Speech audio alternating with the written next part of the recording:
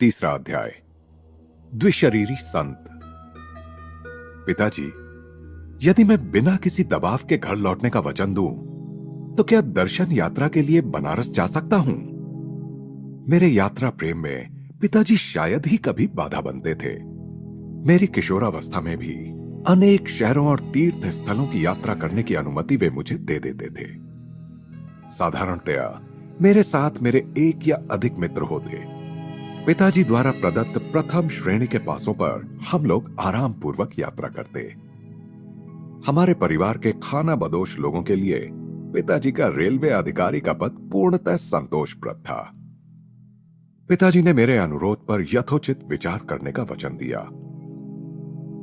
दूसरे दिन मुझे अपने पास बुलाकर उन्होंने बरेली से बनारस जाने आने का एक पास, 1 रुपए के कुछ नोट और 2 पत्र देते हुए कहा, मुझे बनारस के अपने मित्र केदारनाथ बाबू को एक कार्य के विषय में कुछ प्रस्ताव भेजना है। दुर्भाग्यवश उनके पते का कागज मैंने कहीं खो दिया है, परंतु मुझे विश्वास है कि हम दोनों के मित्र स्वामी प्रणवानंद की सहायता से तुम यह पत्र उन तक पहुंचा सकोगे। स्वामी जी मेरे गुरु भाई हैं। उन्होंने अति उन्नत आध्यात्मिक अवस्था प्राप्त कर ली है। उनके संग से तुम्हें भी लाभ होगा। यह दूसरा पत्र उन्हें तुम्हारा परिचय देगा। साथ में यह कहते हुए पिताजी की आंखें चमक उठी, याद रखो, अब फिर कभी घर से नहीं भागना, समझे? अपनी 12 वर्ष की आयु के उत्साह के साथ मैं निकल पड़ा।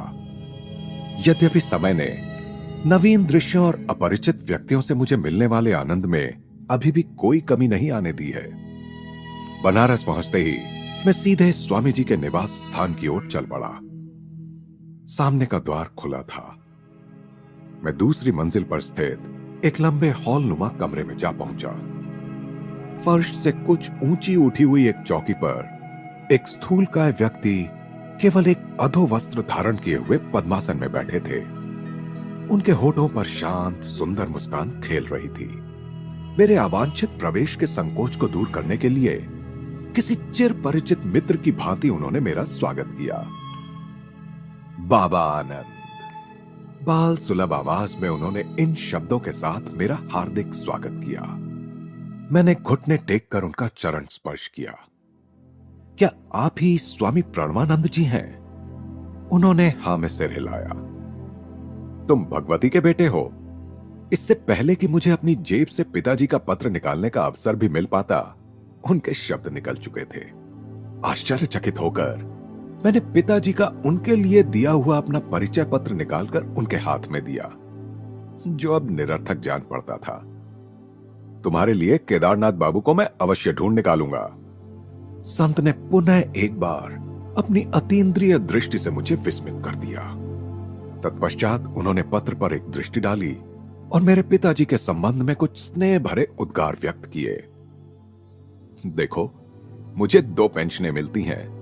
एक तुम्हारे पिताजी की सिफारिश से, जिनके अधीन मैं रेलवे कार्यालय में काम करता था। दूसरी मेरे परम पिता के अनुग्रह से, जिनके लिए मैंने अपने जीवन के सांसारिक कर्तव्यों को अंतः प्रेरणा के अनुसार अपना सर्वोत्तम प्रयास करके पूर्ण कर दिया है। मुझे यह कथन अत्यंत गूढ़ लगा। परमपिता से आपको कैसी पेंशन मिलती है स्वामी जी? वे क्या धन आपकी गोद में डाल देते हैं? स्वामी जी हंस पड़े।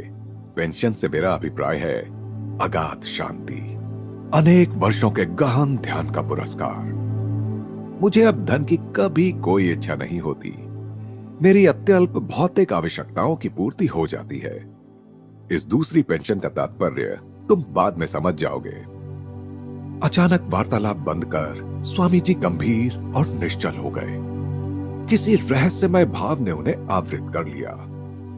प्रारंभ में तो उनकी आंखें चमक उठी, जैसे किसी आकर्षक वस्तु को देख रही हो। बाद में निष्प्रभ हो गई। मैं उनके इस अचानक मौन से उद्विग्न हो गया। उन्होंने अभी तक मुझे यह नहीं बताया था कि मैं अपने पिताजी के मित्र से कैसे मिल सकूंगा। तनिक बेचैन होकर मैंने उस खाली कमरे में दृष्टि दौड़ाई, जिसमें हम दोनों के अतिरिक्त और कुछ भी नहीं था। जिस चौकी पर वे बैठे थे, उसके नीचे रखी उनकी काठ की खड़ाओं पर मेरी दृष्टि पड़ी। छोटे महाशय, चिंता मत करो, जिनसे तुम मिलना चाहते हो वे आधे घंटे में यहां पहुंच जाएंगे। योगीवर मेरे मन को पढ़ रहे थे। उस समय यह कोई बड़ी बात भी नहीं लग रही थी। उन्होंने पुनः गहन मौन धारण कर लिया। जब मेरी घड़ी से मुझे पता चला कि 30 मिनट बीत चुके हैं, तब स्वामी जी स्वयं ही उठ गए। लगता है केदारनाथ बाबू दरवाजे के निकट पहुंच गए हैं, उन्होंने कहा। मैंने सीढ़ियों से किसी के ऊपर आने की आहट सुनी। विस्मित अबोध्यता में मैं अचानक डूब गया। असमंजस में मेरे विचार दौड़ने लगे। बिना किसी संदेश वाहक का उपयोग किए पिताजी के मित्र को यहां बुलाना कैसे संभव हो सकता है? मेरे यहां आने के बाद स्वामी जी ने तो मेरे अतिरिक्त किसी से भी बात नहीं की है। मैं चुपचाप उठकर कमरे से बाहर आ गया और सीढ़ियां उतरने लगा। आधे रास्ते में ही मध्यम कद के एक दुबले पतले गौरवर्ण व्यक्ति से मेरी भेंट हुई। वे किसी जल्दी में लग रहे थे। क्या आप केदारनाथ बाबू हैं?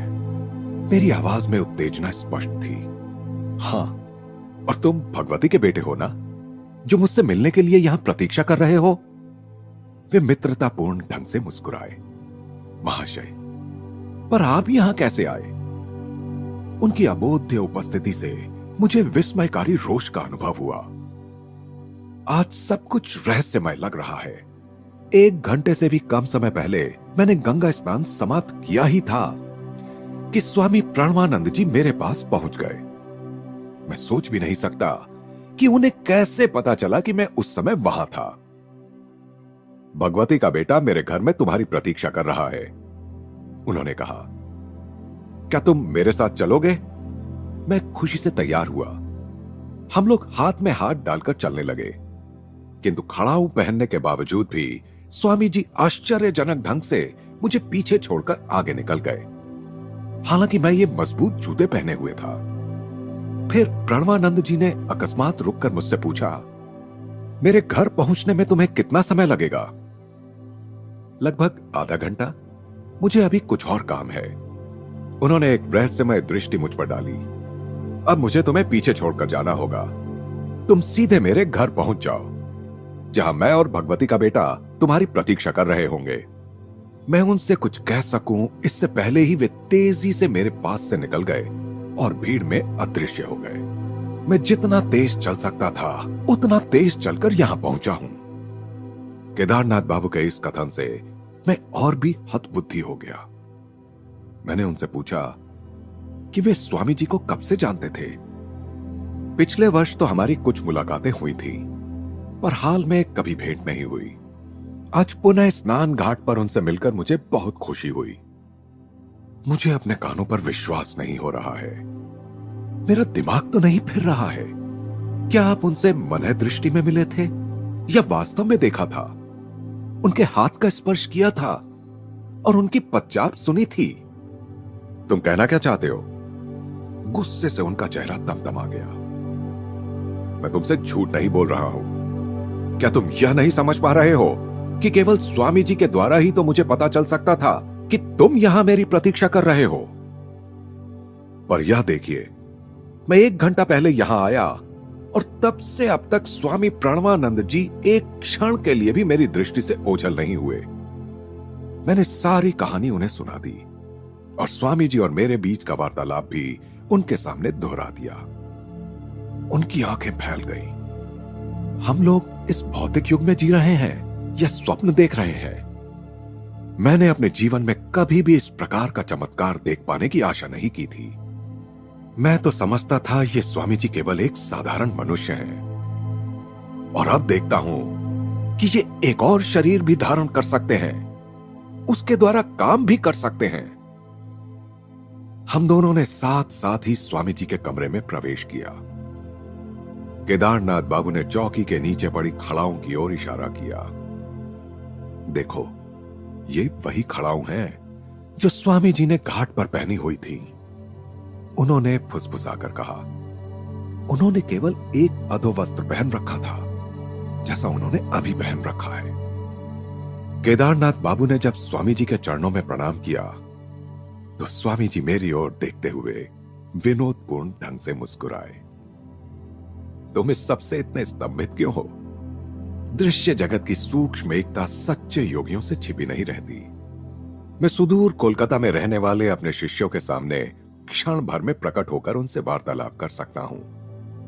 वे भी इसी प्रकार स्थूल जगत की प्रत्येक बाधा को अपनी इच्छानुसार पार कर सकते हैं। शायद मेरे बाल हृदय में आध्यात्मिक उत्साह जगाने के उद्देश्य से ही स्वामी जी अपने दूर श्रवण और दूरदर्शन के योग बल के बारे में मुझे बताने के लिए राजी हुए। परंतु उत्साह के बदले मुझे विस्मय युक्त भय का अनुभव हुआ। चूंकि मेरी ईश्वर खोज एक विशिष्ट गुरु श्री युक्तेश्वर जी के मार्गदर्शन में ही होनी तय थी, जिनसे मैं अभी मिला भी नहीं था। अतः प्राणवानंद जी को अपना गुरु मानने की कोई प्रवृत्ति मेरे मन में नहीं उठी। मैंने यह सोचते हुए उनकी ओर सशंकित मन से देखा कि मेरे सामने बैठे हुए वे स्वयं ही थे या उनका प्रतिरूप था। स्वामी जी ने मेरी ओर आत्मज्ञानोदय कराने वाली दृष्टि से देखते हुए तथा अपने गुरु महाराज के विषय में कुछ प्रेरणादायक बातें बताते हुए मेरी अशांति दूर करने की चेष्टा की। जितने योगियों को मैं जानता हूं, उन सब में लाहिड़ी महाशय सबसे महान योगी थे। वे नरदेह में साक्षात ईश्वर थे। मैंने मन ही मन सोचा कि जब शिष्य भी इच्छा मात्र से एक और रक्त मांस का शरीर धारण कर सकता है, तब उसके गुरु के लिए कौन सा चमत्कार करना असंभव होगा। गुरु की सहायता कितनी अमूल्य होती है, वह सुनो। मैं गुरुदेव के एक अन्य शिष्य के साथ नित्य रात को 8 घंटे ध्यान किया करता था। दिन में हम दोनों रेलवे कार्यालय में काम करते थे। क्लर्क के कार्य निर्वाह में कठिनाई होते देख पूरा समय ईश चिंतन में लगाने की मेरी इच्छा हुई। 8 वर्ष तक आधी रात मैं ध्यान में ही बिताता था। इस साधना के अद्भुत परिणाम मुझे प्राप्त होते थे। गहरी आध्यात्मिक अनुभूतियों से मन में ज्ञान का प्रकाश फैलता था। परंतु उस अनंत परम तत्व और मेरे बीच सदैव एक छीना पर्दा बना रहता था। अतिमानवीय एकाग्रता और निष्ठा के साथ प्रयास करते रहने पर भी मैंने पाया कि परम निर्विघ्न एकात्मता से मैं वंचित हूं। एक दिन सायंकाल मैं लाहिड़ी महाशय की सेवा में उपस्थित हुआ और मध्यस्थता के लिए मैंने उनसे प्रार्थना की। हठपूर्वक सारी रात मैं उनसे आग्रह करता रहा, करुणा सागर गुरुदेव, मेरी आत्मा इतनी तड़प रही है कि मैं उस प्राण प्रिय परम प्रेमी के प्रत्यक्ष दर्शन बिना अब और जीवित नहीं रह सकता। तो मैं क्या कर सकता हूं? तुम्हें अधिक गहराई से ध्यान करना पड़ेगा। मैं आपसे प्रार्थना करता हूं, हे प्रभु, मेरे स्वामी, मैं आपको अपने समक्ष इस भौतिक शरीर में प्रकट देख रहा हूं। मुझे आशीर्वाद दीजिए कि आपके अनंत स्वरूप में मैं आपके दर्शन कर सकूं। लाहिड़ी महाशय ने आशीर्वाद मुद्रा में हाथ उठाते हुए कहा, तुम अब जाकर ध्यान करो। मैंने तुम्हारे लिए ब्रह्म से प्रार्थना कर दी है। अपरिमित आनंद से उल्लसित होकर मैं घर लौटा। उस रात ध्यान में मुझे अपने जीवन के ज्वलंत चरम लक्ष्य की प्राप्ति हो गई। अब मुझे निरंतर वह आध्यात्मिक पेंशन मिल रही है। उस दिन से फिर कभी वह आनंद पूर्ण सृष्टा माया के किसी पर्दे के पीछे छिपकर मेरी दृष्टि से ओझल नहीं हुआ। प्रणवानंद जी का मुखमंडल दिव्य तेज से दमक रहा था। एक अलौकिक शांति मेरे हृदय में प्रविष्ट हुई। सारा भय नष्ट हो गया। फिर स्वामी जी ने एक और गुप्त बात मुझे बताई। कुछ महीनों बाद मैं फिर लाहिड़ी महाशय के चरणों में उपस्थित हुआ और उनके असीम वरदान के लिए कृतज्ञता प्रकट करने का मैंने प्रयास किया। फिर मैंने दूसरी एक बात छेड़ी, दया निधान गुरुदेव, मैं अब ऑफिस में काम नहीं कर सकता। कृपा करके मुझे मुक्त कर दीजिए। ब्रह्म मुझे निरंतर मदमस्त बनाए रखता है। अपनी कंपनी से पेंशन के लिए अर्जी करो। इतने अल्पकाल की नौकरी के बाद मैं पेंशन के लिए क्या कारण बता सकूंगा? जो मन में आए वही बता दो। अगले दिन मैंने पेंशन के लिए आवेदन दे दिया। डॉक्टर ने समय पूर्व पेंशन के लिए कारण पूछा। काम करते समय मेरी रीढ़ में मुझ पर काबू करने वाली कोई अत्यधिक तीव्र संवेदना उठती है। वह पूरे शरीर में फैल जाती है और फिर मैं अपने कर्तव्यों का निर्वाह करने में असमर्थ हो जाता हूं। और कोई प्रश्न किए बिना डॉक्टर ने पेंशन के लिए मेरे पक्ष में बहुत अच्छी सिफारिश लिख दी। और मुझे शीघ्र ही पेंशन मिल गई। मैं जानता हूं कि डॉक्टर और तुम्हारे पिता सहित सब संबंधित रेलवे अधिकारियों के माध्यम से लाहिड़ी महाशय की दैवी इच्छा ही कार्य कर रही थी। उन लोगों ने लाहिड़ी महाशय के दैवी निर्देश का अपने आप ही पालन किया और मुझे अखंड ईश चिंतन के लिए मुक्त कर दिया। इस असाधारण रहस्योद्घाटन के उपरांत स्वामी प्रणवानंद जी दीर्घ काल तक मौन रहे। जब मैं भक्ति भाव से उनका चरण स्पर्श कर उनसे जाने के लिए अनुमति मांग रहा था, तब उन्होंने आशीर्वाद दिया। तुम्हारा जीवन संन्यास और योग मार्ग के लिए है। तुम्हारे पिताजी और तुम्हारे साथ मेरी फिर एक बार भेंट होगी। अनेक वर्षों के उपरांत ये दोनों ही भविष्यवाणियां सत्य सिद्ध हुई। धीरे धीरे घिरते जा रहे अंधकार में केदारनाथ बाबू मेरे साथ साथ चल रहे थे। मैंने उन्हें पिताजी का पत्र दिया, जो उन्होंने सड़क पर लगी रोशनी के प्रकाश में पढ़ा। तुम्हारे पिताजी ने इसमें अपनी रेलवे कंपनी के कोलकाता कार्यालय में मुझे एक पद ग्रहण करने का प्रस्ताव दिया है। स्वामी प्रणवानंद जी को मिलने वाली पेंशनों में से कम एक पेंशन का अधिकारी हो पाना कितना सुखद होता, परंतु यह असंभव है। मैं बनारस छोड़कर नहीं जा सकता। खेद है कि एक साथ दो शरीर धारण करने का मेरा समय अभी नहीं आया है।